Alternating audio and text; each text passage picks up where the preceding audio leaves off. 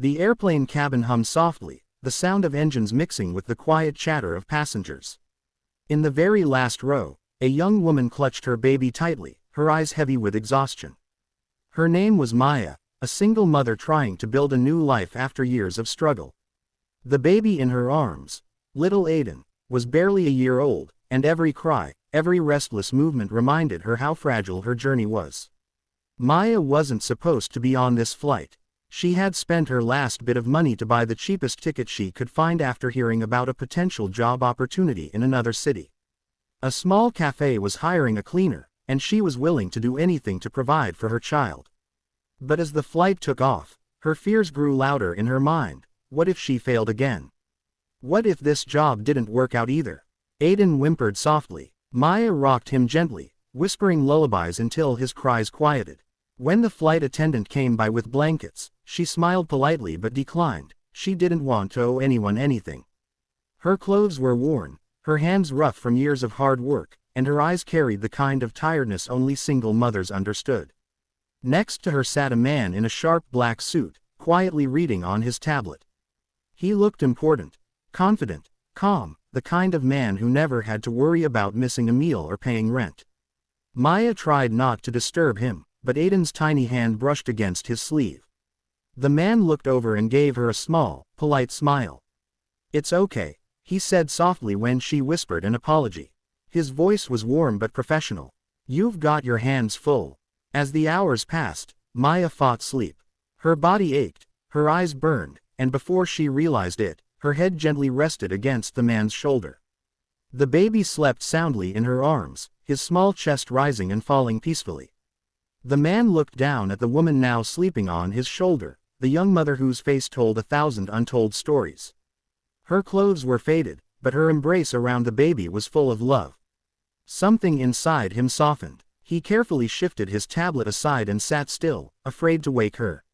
When the plane landed, Maya woke suddenly, realizing her head had been resting on his shoulder the whole time.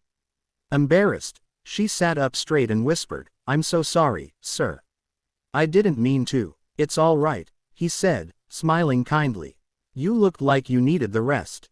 But what happened next left Maya speechless. As passengers began to disembark, the man stood up, reached into his briefcase, and handed her a folded note.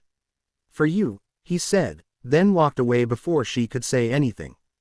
Confused, Maya looked down at the note. Inside was a boarding pass, for a return flight, and a small card with a company logo. Beneath it, a message.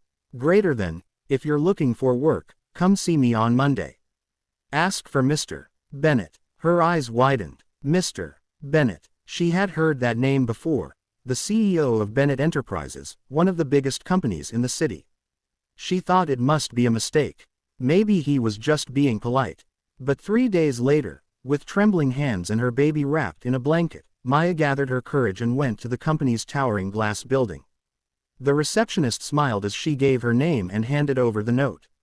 Within minutes, Mr. Bennett appeared, the same man from the flight, only now surrounded by people who looked up to him with respect. "Maya," he said with that same gentle smile, "I'm glad you came."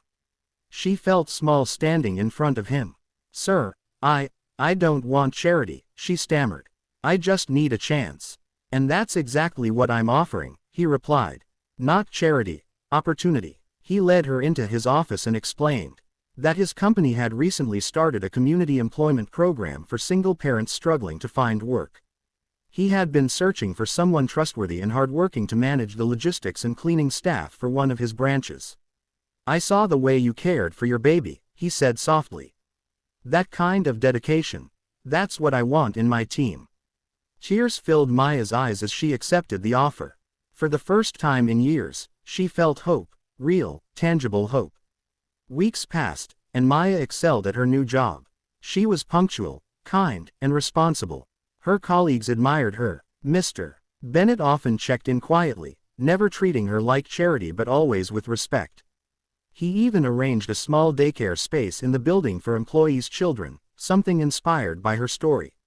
One afternoon, while she was finishing paperwork, she saw a message appear on the company notice board. "Greater than, to every parent who's ever struggled alone, your strength builds the world." It was signed, Mr. Bennett. Maya smiled through her tears. Months later, at a company event, Mr. Bennett took the stage to share a story. Sometimes, he said, we meet people who remind us what true strength looks like. It's not about money or power, it's about love, sacrifice, and resilience. I met someone like that on a flight not long ago. The audience clapped, not knowing he was talking about the quiet young woman standing at the back of the hull, holding her child proudly. Maya's life had changed completely, not because of luck, but because kindness had found her at her weakest moment. Moral of the story: never underestimate the power of compassion. A small act of kindness can change someone's entire life, and sometimes, the people who have the least give us the greatest reminder of what it means to be human.